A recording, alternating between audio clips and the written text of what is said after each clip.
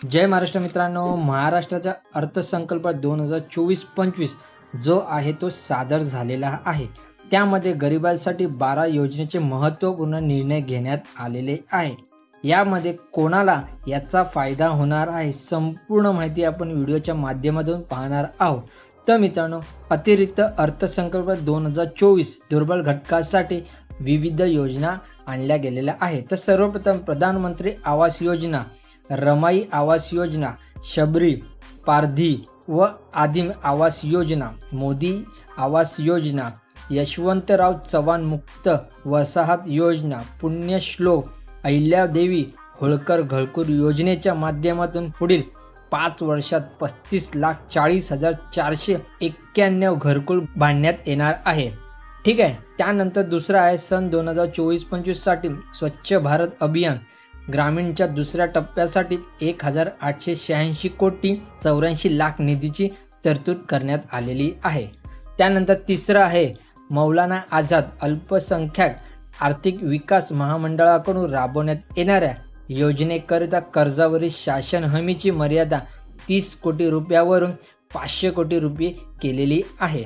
त्यानंतर चौथं आहे बृहन्मुंबई महानगरपालिका क्षेत्रातील गिरणी कामगारांना 12,954 सदनिका वितरित उर्वरित सदनिका उपलब्ध करून देण्याचे नियोजन केलेले आहे.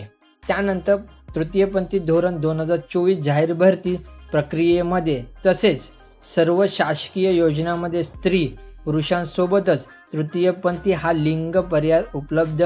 तृतीयपंथीयांना राज्य शासनाच्या योजनेचा लाभ घेणे सुलभ करण्यात आलेला आहे.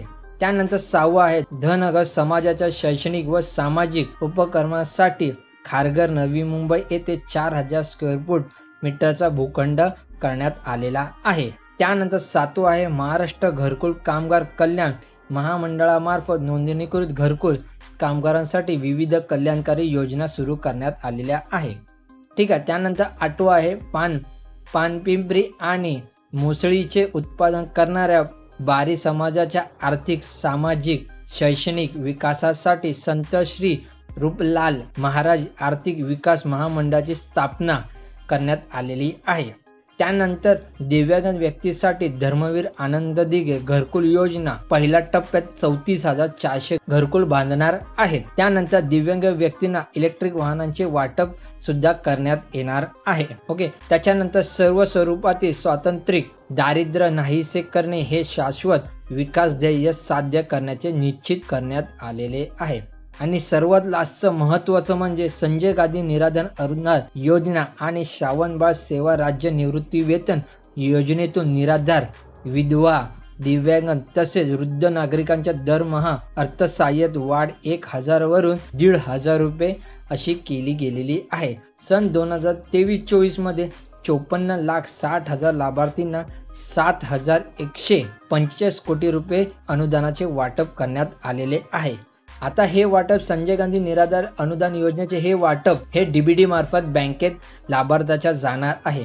मित्रांनो, अतिशय महत्त्वपूर्ण माहिती आहे. हे महाराष्ट्राच्या अर्थसंकल्प 2024-25 मध्ये गरिबांसाठी 12 योजनेचे महत्त्वपूर्ण निर्णय घेण्यात आलेले आहे. मित्रांनो, व्हिडिओ आवडले असेल तर नक्की शेअर करा आणि चॅनलवरती नवीन आला असाल तर चॅनलला सबस्क्राईब करा. जय महाराष्ट्र.